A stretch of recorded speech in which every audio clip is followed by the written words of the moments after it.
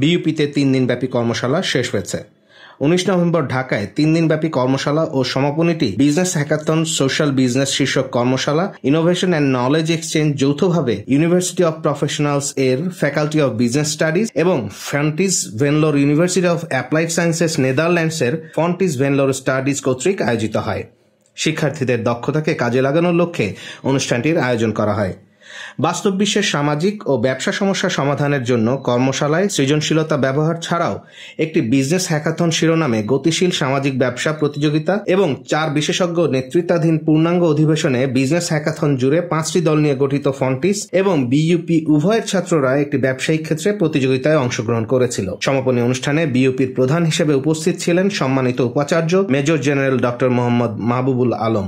তিনি অতিথি ও অংশগ্রহণকারীদের মাঝে সনদপত্র বিতরণ করেন। অন্যদের মধ্যে ফন্টিস ভেনলোর university of applied sciences Netherlands এবং বিইউপি ও এফবিএস এর উচ্চপদস্থ কর্মকর্তাগণ, সদস্য ও শিক্ষার্থীরা অনুষ্ঠানে উপস্থিত ছিলেন।